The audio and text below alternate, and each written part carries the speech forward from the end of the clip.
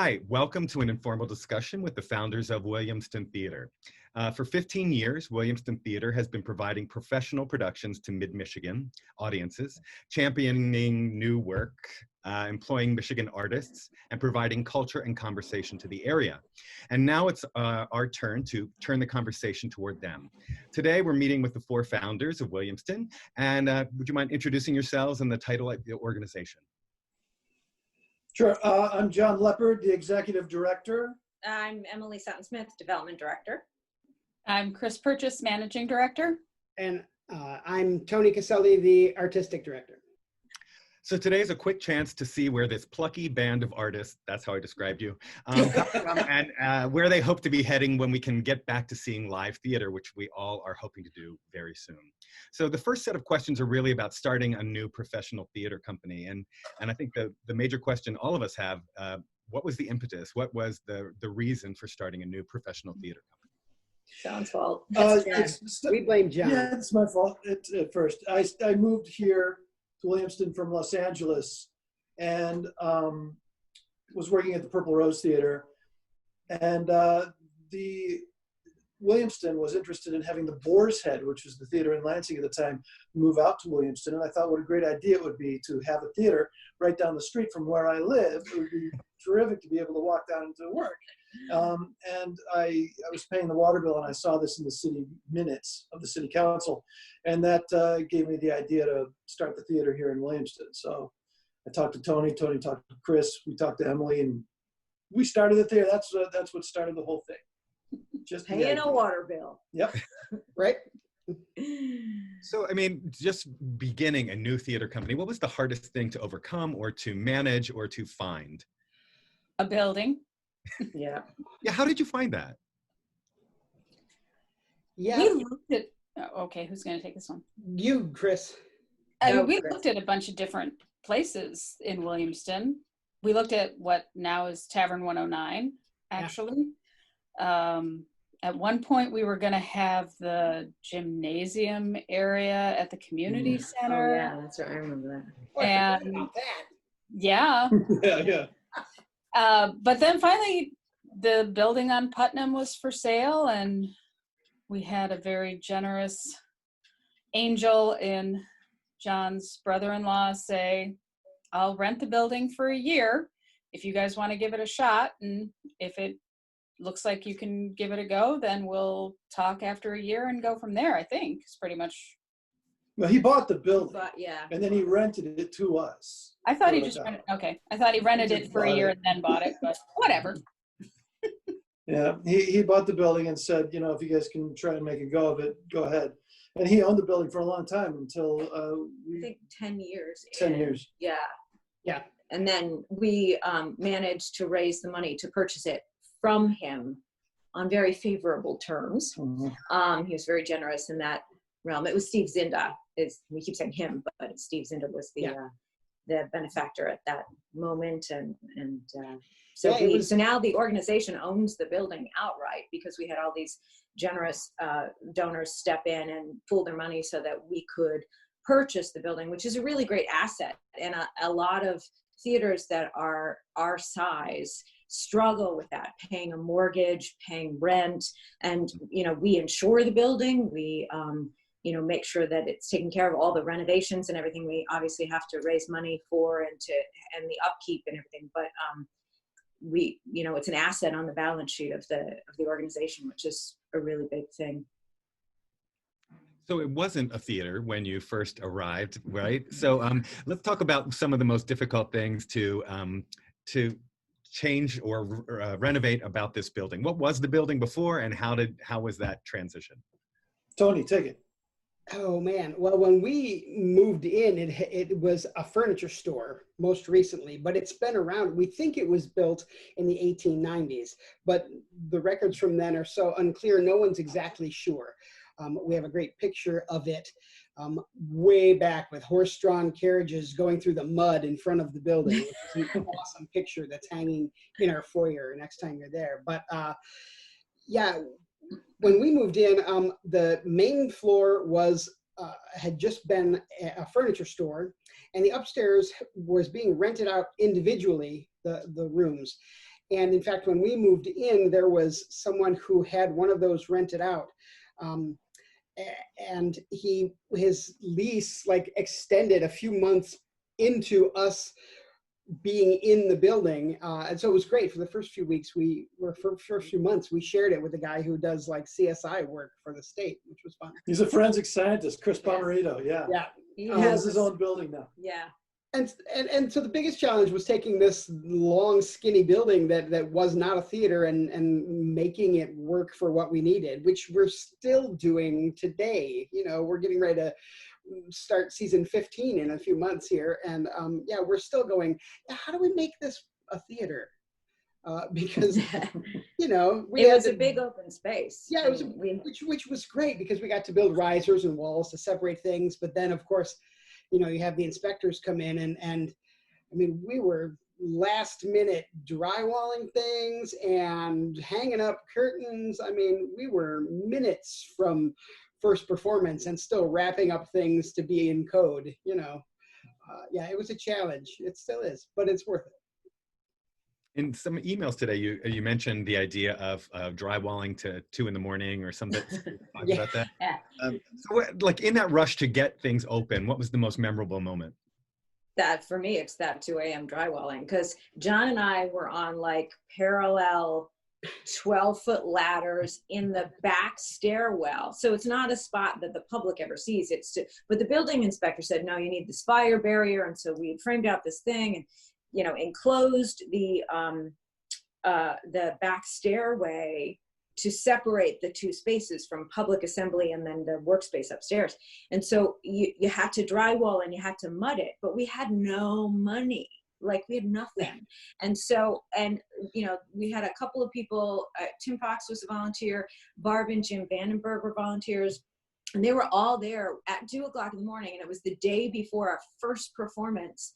But at some point, John and I got up on the ladders and we're like holding the thing and screwing. I'm like, what am I doing? I don't know how to drywall. This is ridiculous. Some of the best mudding you've ever seen. Oh my It's gosh. like slapped on.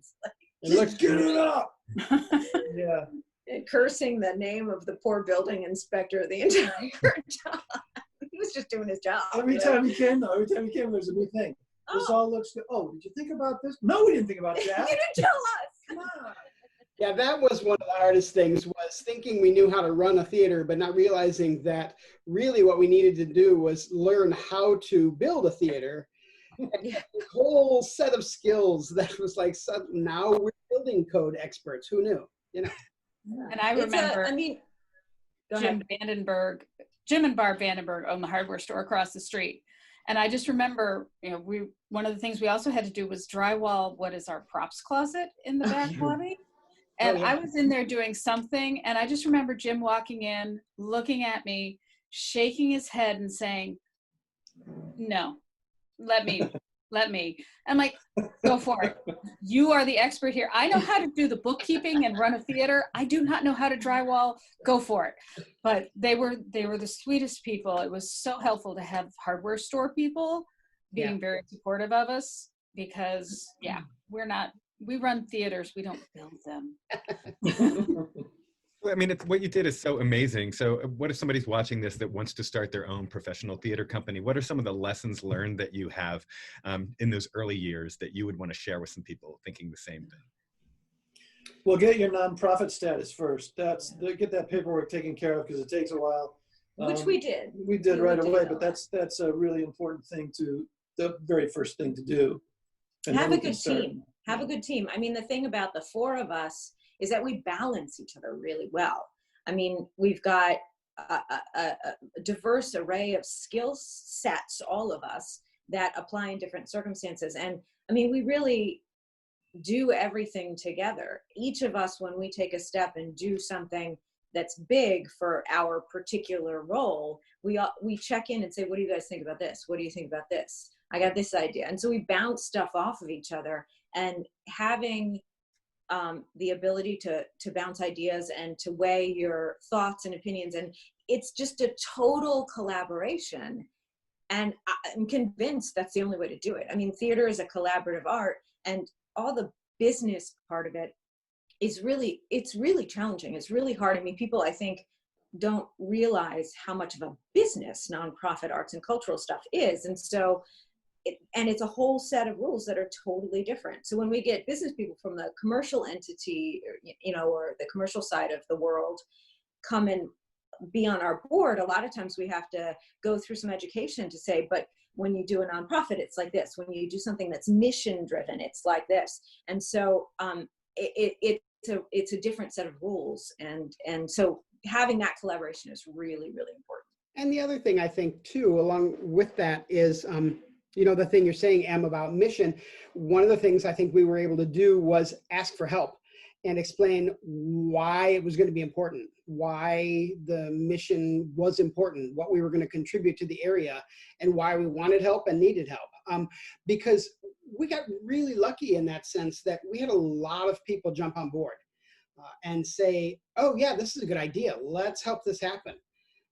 The four of us, could not have done it without the massive outpouring of support we got from Williamston and the surrounding area, the bunch of people who helped us do all the detaily things and drywall the building, but also get permits and, all of the things that had to happen.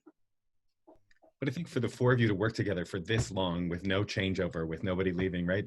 It really is a fine-tuned, well-oiled machine. And I think that's really interesting. You're talking about, we know what our roles are, but we also expand those roles and help each other. Yeah? Yeah, Right. For sure. So, okay, we're going to look at the seasons now. Can you describe the funniest incident over the past couple of seasons? Chris, you got something? Chris has all the good stories. Well, I don't know that I want to tell some of those stories. I mean, I still love poor Errol doing Fully Committed. He's on stage by himself, answering phones, having conversations, and every time the phone rings, he has to answer it and be a different character. And this is something the audience doesn't know, but there was a day that he picked up the phone and had no idea who was supposed to be there. So he made up some line about needing to go use the restroom or something and walked off stage. And went to figure out where he was about, came back on, and the audience is none the wiser. But for us, it was just that moment of, wait, what's going on? What's happening? The best part is hearing Errol tell that story, because he panicked. He had to, you answer the phone in the middle of a show that's just answering phones and you don't know. And for him to have to run off stage, and he literally said, I have to use the bathroom, you have to hold. And he put them on hold and then ran off to the back lobby and went to the assistant stage manager and said, who's on the phone? Then he unzipped his pants so that when he ran back on stage, he could be zipping his pants up as though he was coming out of the restroom, and he picked up the phone and carried on, Yeah, that was. There's so many funny stories with Errol early on. I mean, we should have had Errol in this because he's been in so many of our shows. But when you talk about using the structure of the building to your, to help, is that for every Christmas story ever told, he ran off stage left as one character, screaming. Kept screaming, ran up the stairs, ran across the green room, ran down the back stairs, still screaming, ran back on stage right, and continued on with the show in a different character. And it was just hilarious. And I think he ripped the he tore the handrail out of the wall.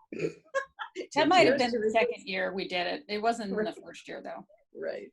We did it 3 years in a row. The poor guy. I know. Well, Errol also did his one-man show. In the first year, we had some very small audiences. Nobody knew who we were. Oh, yeah. He did his one-man show for 3 people, just right in the front row. Yeah. And, at the end of the show, he shook each of their hands. Thank you for coming. Thank you so much. Poor guy. Of course, Tobin and I did rounding third for 4 people. So when we have a small house of 30-some, we're like, 30 people, we go, remember 4? Oh, yeah. Yes. Strong commitment to new plays, right? So Tony, can you talk a little bit about why you're so committed to new plays, how you find them, rolling premieres, that sort of thing? Yeah, we do a lot of new plays. I guess you can say a lot. I mean, it's usually 1 or 2 a season out of the 6 shows season that we have. And a lot of that is just, I think there's a lot of value in adding work to the canon. Say we can do the plays that we all know from the past over and over and find new ways to do them and new ways to interpret what they're saying. But there's a lot of value in taking playwrights right now who are responding to the world right now in all of the various ways that they do and saying, here, this is important too. This relates to you, and we believe strongly in that. I do too. We have playwrights here in Michigan who we've worked with a bunch, Joe Zettelmeyer, Annie Martin, but we also have playwrights from out of town who, excuse me, who just tell stories in the way we like to tell stories, and tell stories that we think are important. And so being a part of the National New Play Network is a big thing for us because it's an organization that really supports new work and playwrights and theaters that do them. So we've been fortunate to do a few rolling world premieres with them, and we're going to keep trying that. During this time right now of the COVID pandemic and shutdown, we had the last show we were able to do live was a world premiere by a Michigan playwright. And one of the shows we had to cancel was a world premiere by a playwright who is out of DC, originally from the South. She lives in DC now, Audrey Sefley. And she's terrific. And her new play, Alabaster, was going to be part of this season. And now we're looking forward to moving it, hopefully in an upcoming season, because it just speaks so much to our world. And it's a great new voice, Yeah, I think there's a lot of value to it. And as a side note, it was around season 10 that we went back and looked at the numbers, because a lot of people say, new plays, they don't sell as well. They're a challenge. But it was, I think, during season 10 when I went back and looked, and out of those first 10 seasons, half of them, the best-selling play had been a world premiere, which was encouraging to us to go, okay, people enjoy these. They do sell okay. I think you just have to commit to them. So how would you describe a Williamston show? What's the vibe? How do you choose the script? How do you choose that sort of show that you're like, this is a Williamston show? Yeah, we say all the time, I mean, the phrase we use all the time is plays that make you laugh and make you cry and then make you want to call the people you love. One of the things we want to do is promote empathy and togetherness and joy, right? I'm a big proponent of plays that make you laugh and cry and want to call people you love, because if we can impact people, the handful of people who are going to come see our shows, right? Then that empathy, that joy, that openness can radiate from them. I don't know the theater is going to change the world, but if we can change a few people's worlds per night, then great. And so that's sort of our, I don't know, bread and butter is the right word, but that's the core of the plays we do. But then we do like to mix it up on purpose. If we have 3 shows or 4 shows a season that fit that mold, then we'll throw in a 1984 or an Oedipus or a 900 Miles to International Falls. Plays that make you look around at your world and go, oh yeah, no, things are not as good as they should be. How do we make that better, right? Yeah, I think that's, I don't know, you guys, thoughts on it? And we occasionally throw in a Greater Tuna. Yeah. It's a balance. I mean, we've had people say, how do you pick your plays? And, Tony reads hundreds of scripts every season to come up with that balance, because it's not only like, what do our artists want to work on? What stories do we want to tell? How do we impact our, audience members? How do we grow together as a community? But how do we pay the bills? How do we continue to pay actors? How do we provide jobs for artists here in Michigan? When do people tend to go to the theater? All right, let's do a broad comedy in the holiday season or in the summer season, because we'll get a wider audience coming, and we'll bank that money. And that, you know, that's what theaters across the country do. You do that balance, that give and take financially and also artistically, because you have to pay the bills too. So. And one of Tony's favorite things to talk about is again, the balance. You don't want too many vegetables. You don't want too much dessert. You need to have a nice rounded meal. And that's how we kind of look at the season. We don't want too many off the wall wacky comedies, but we don't want too many very heart wrenching dramas either. We need to have a good mix. And we hear from the audience too, what resonates for them. And it's so funny because when we had to, in the midst of this pandemic, we had to call all of our subscribers and say, hey, we can't have the next 2 shows. Sorry. And we wanted to let you know. And I literally had 2 phone calls in a row where the one woman said, you know, I just want to be entertained. You know, that last show, that was really hard. And then the very next phone call was, I love that last show. It really made me think, I just don't want the silly stuff that much. You know, so we hear that there's a diversity of need. And, you know, if you like everything, that's great, but you might only like half the season. But you know that if you come to the other half of the season, you may be challenged, but you're always going to get really good quality. Like that's the sort of consistency, and that's, you know, the professional level, and that's the artists that we work with who we continue to work with because we know that we can count on them. And that's what we strive for, is to, you know, have that level of professionalism across the board. And the thing that's nice that we've tried to build is a community of people who will go with us on that.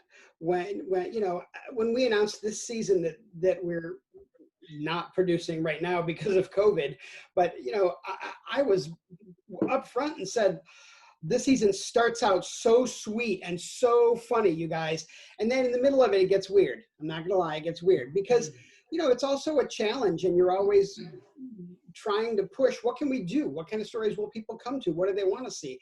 What do we want to say?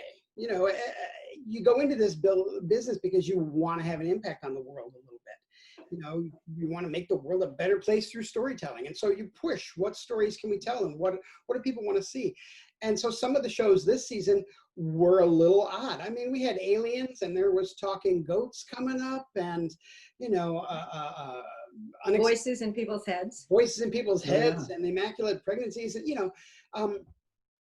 And so you push those boundaries a little bit sometimes in all the directions just to see what it's going to be. Because if we just did the same 6 shows every year, eventually people would tire of that, you know. And so it's a challenge for every theater company every year. And sometimes you hit a home run, and sometimes you hit a nice double and move the runners over, and great.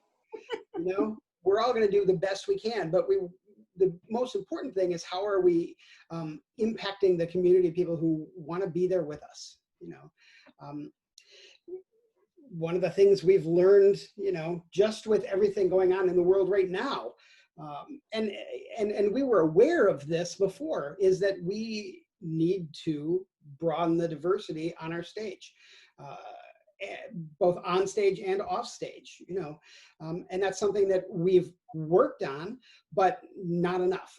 And, you know, we've been called out on it, and that's just right that we should be called out on it. It's one of those challenges that we have to get better at. So there's always all of the different things that come at you, and how do you program a season? And we're going to keep trying to make better seasons every year that we go.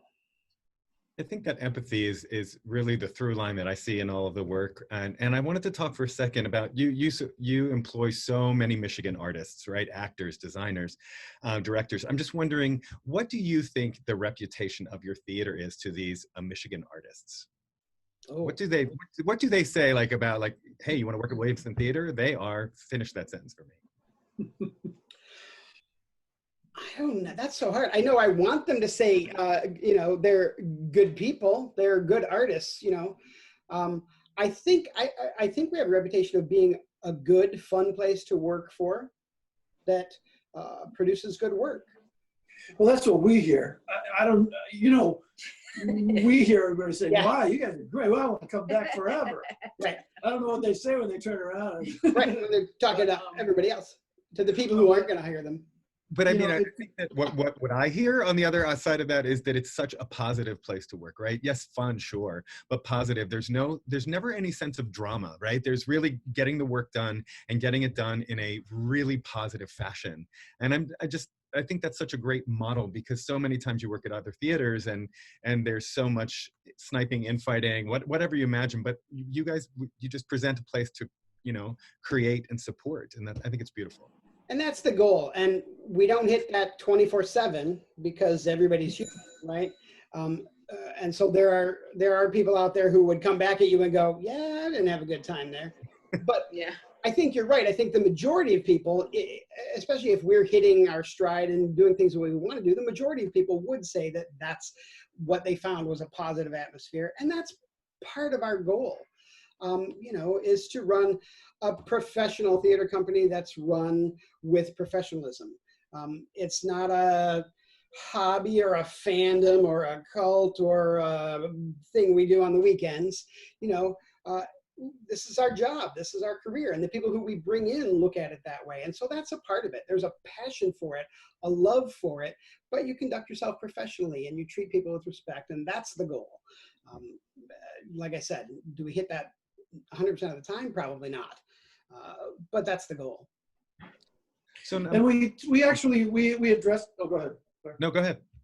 We addressed that right at the beginning. We talked about trying to be as ego-free as we possibly could, and not let our egos get in the way. We all have them, but to not let them get in the way of the work, and try to stand back and go, what's best for the theater, not what's best for me. I think we have perpetuated that throughout the years. So these next set of questions, we're almost done, are really about the future of the theater and what your plans are post-apocalypse, basically. So you filmed a show, you hosted a trivia night. Are there any other plans before you reopen during this remarkable time that you're thinking of doing before you can allow audiences back in? I'll talk a little bit about some sort of exciting developments that have just been taking place in the last week. Last year, we applied to the Capital Region Community Foundation for a capacity building grant. Specifically, I was wanting help with fundraising because I don't think we're maximizing our potential. And what did you call us at the beginning of this? Scrappy upstarts. That's what'd you call us, Rob? Plucky, right, plucky. I've always called us scrappy upstarts, right? Okay. So, and we've been scrappy upstarts for 15 years, but that's not a sustainable model. And, it is something that we regard this as our legacy, right? So we want to set it up so that when, 30 years from now, when we're all retired and living in Florida or something, I know, right? Florida. Do we have to? Nobody told me that was a thing. Yeah, Tobin's already said no to Florida. Yeah. But when that time comes, when it's not the four of us anymore, that it's handed off with stability and with a good foundation and all of that stuff. So it's sort of like I want to see us graduate from that scrappy upstart into the next sort of medium size. It will allow us to grow our programming and expand and just have more stability financially, which would be good. So we got this capacity building grant. We were awarded it. So thank you, Community Foundation. But that process was placed on hold when the pandemic started, and it was like, oh God, what are we doing? Now that there's some equilibrium, they've restarted that process. We've just started talking to a consultant. She's come up with this amazing plan, and we've all looked at it and gone, this is great, let's do this. And it feels like there's a silver lining moment here in this. We can't do the work that we love.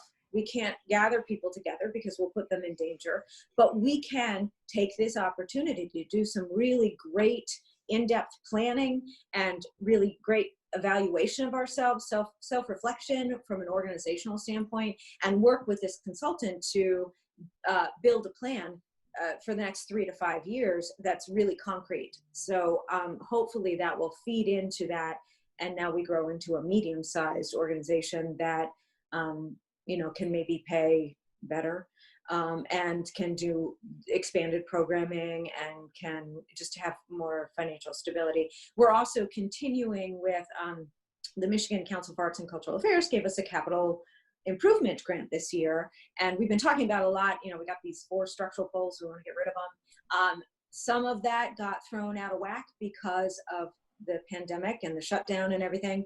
We are maximizing the potential of what we can do while we're dark. We can't remove the poles completely this summer, but we're doing all the work on the foundation and in the space itself. That next summer we'll be able to do the remainder of the work on the roof and take the poles out. So we're making use of this time. We're not completely dormant. The 4 of us are still constantly working with Aaron Delnay, who's our technical director, keeping him in the loop as well. So, it's exciting because we have the time to do this planning work that we might not if we were, planning next season as it was to be full. That expanded program is really exciting, right? Like the idea of education and outreach and all of those things could be really, really exciting. Yeah. And really resources is what you need to do that kind of stuff. And we just don't have that. We're so sort of, paycheck to paycheck still in a way from an organizational standpoint. So being able to plan for those bigger productions, longer productions, expanded programming is cool. So all of us theater artists are asked this all the time, and we're reading about it all of the time, and we're trying to figure it out. When will it be time for you to reopen? Yeah, when will it be time? Good question. Theaters across the country are all trying to figure it out, and everyone's making plans, and then 2 weeks later they go, oh, no, there's another wave. That plan's out. And we're still doing some of that. We've got a bunch of plans. Right now, the goal is early 2021 to go into rehearsal for an abbreviated 15th season that will just take us through, August of 2021. And then hopefully, knock wood, continue on with a regular season 16 of 6 shows that starts in September of 2021. So yeah, we can't, I don't want to give too many specifics because then we're just going to have to change them. You know what I mean? Yeah. But right now we're looking at the goal of around March, like a lot of places, that's our goal to start our season. Because trying to do it now, who's going to come? Everyone will say, I'm not going to gather, and we have to sell a certain amount of seats in order to keep the building open. Right. And so until we get the pandemic settled down, some type of vaccine, or get to a place where people feel comfortable sitting with 60 other people in a small room, laughing, hopefully talking crying loudly, right. Crying, weeping, snot, tears. And we also have to deal with, the unions and keeping our artists safe. Designers and crew and stage managers and actors all have to get into a room and work their butts off. And how do we keep them safe during that process too? So there's a lot that everyone is dealing with. And yeah, it's a challenge. It's frustrating for me. A lot of my job is being in the building and organizing people doing stuff. And right now I'm sitting at home like, I hope I can do that someday. That'll be neat. But we'll get playing those board games in the background, right? Yeah, we're doing a lot of these. Everybody's welcome to come over. Smash Up is a lot of fun. This interview brought to you by Smash Up.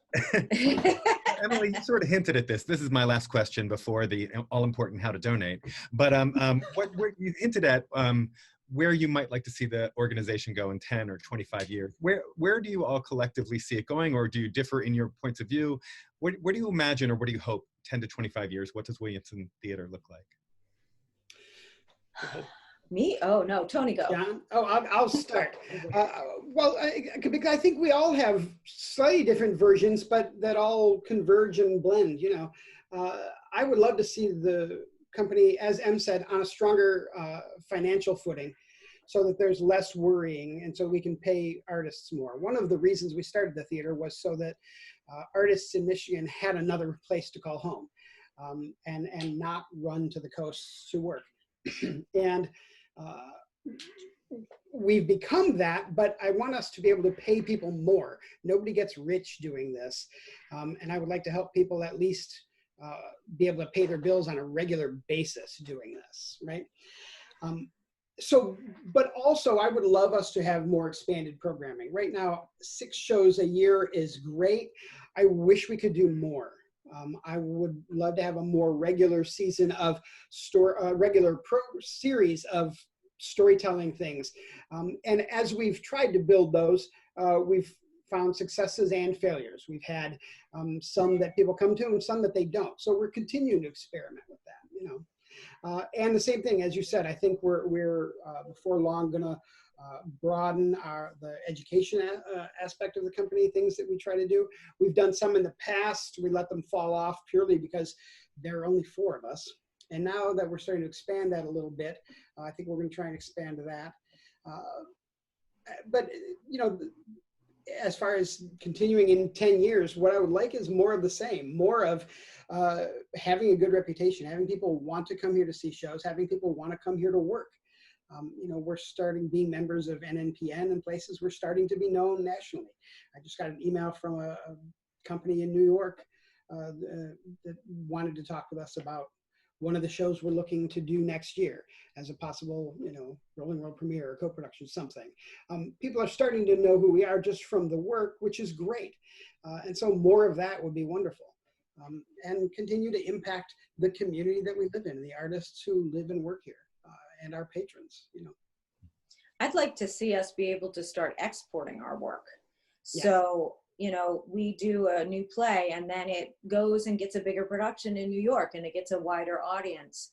Or it goes to one of the other larger regional theaters. So we foster the work, we grow it here, and it has a life beyond. And some of our plays have found that, but we're not necessarily involved in the productions. I would like to see our productions get picked up and moved, to have, you know, to give some exposure to some of the, I mean, Michigan has amazing theater artists in it. And we are really lucky to have that community. And I'd like to see those people get some exposure in other markets, and get more work in other markets, and just, you know, grow from that perspective. I mean, I always have like this regional Tony Award thing in the back of my mind. That's a real stretch, but you know, it would be great to work toward exporting the talent that Michigan artists have, because I think that often, you know, we're flyover country. It's like, nobody out there does anything good. No, we do good stuff, and it would be good to see people get recognized for it. So, and another thing would be nice to have more space, not for the theater per se, because I actually like our nice little theater space. Yeah. But to actually have a rehearsal space, to actually have a real shop, as opposed to the tiny little room that we call the shop in the back of the building. Yeah. To be able to expand our facility a little bit, and again, I don't necessarily see the Williamston Theatre having a bigger theater space, because that's part of the charm, is the small, intimate place we have. When we're done with all our renovations, we will have a few more seats, but the overall character of the space, I think, needs to stay the same. It's maybe a little more office space so we can expand our staff as well. Those kinds of things would be nice to be able to do at some point. And again, that comes along with the financial security of being able to do those kinds of things. But in 10 years, that definitely would be a bonus to have that. I think the challenge with all of that is still maintaining the character, right? So, you know, I love our building, as, you know, crazy, you know, Frankenstein together as it is. There is a charm to it. It is in a downtown area. You can walk to several restaurants. You can park once. It's free parking. You know, there are so many lovely bonuses of the location. It's in this storefront, you know, it used to be retail. And so it sort of fits into a landscape in this downtown small town. And I wouldn't want to see that change. And I wouldn't want the character of the intimacy. I mean, part of what people love is that it's not 2,500 people in the room, it's 100. And that has a different life and a different journey when you're attending a show. You know, we have seen audience members bond with each other. And I think that we need more of that in the world, especially coming out of this pandemic, right? You know, like we all need to connect with each other. And so to be a space and to maintain a space where that happens, there's communion there that is very beneficial to community. And so that's what I would like to maintain with all the backstage growth. John, anything you want to say? No, they did it. That was perfect. Okay. Thanks, guys. So then our final question, and the most important question, is, I want to help. How do I donate? www.williamstontheatre.org. There's a donate button. You can donate securely online. You could write a check to the Williamston Theatre and mail it to 122 South Putnam Street, Williamston, Michigan, 48895. You could call us. We're not in the building, but you can leave a voicemail and I will call you back and I will get your credit card information from you if you want to make a donation. Donations help all the time. 50% of our annual revenue is unearned revenue is what it's called. But it's donations, and, you know, we do real well with applying for grants and getting them when they're available, but there's not that much grant funding. I think there's some, you know, illusion that there's great piles of grant money for arts and culture, and there's not here. I wish there was, but, you know, so the little gifts, $25, $50, $100, $1,000, not so little. That's a big one. That's a big one. $10 a month. Yeah, $10 a month. We have a lot of people who do that. So, And if you're a part of a corporation, you can sponsor a show. yes, true. So there's that. When Or we if have you're in the area, you can bring us baked goods because we like those too. Yeah, totally. So thank you for taking the time today to talk about it. And all of us, I think, are really looking forward for all of you to get back to work and get on stage. Not that you're not working, but getting the work, right? We're really excited to get back and share the empathy that you model through your work. So thank you so much for the time. Thank Thanks, you, Rob. Rob. Thanks, Thanks, Rob.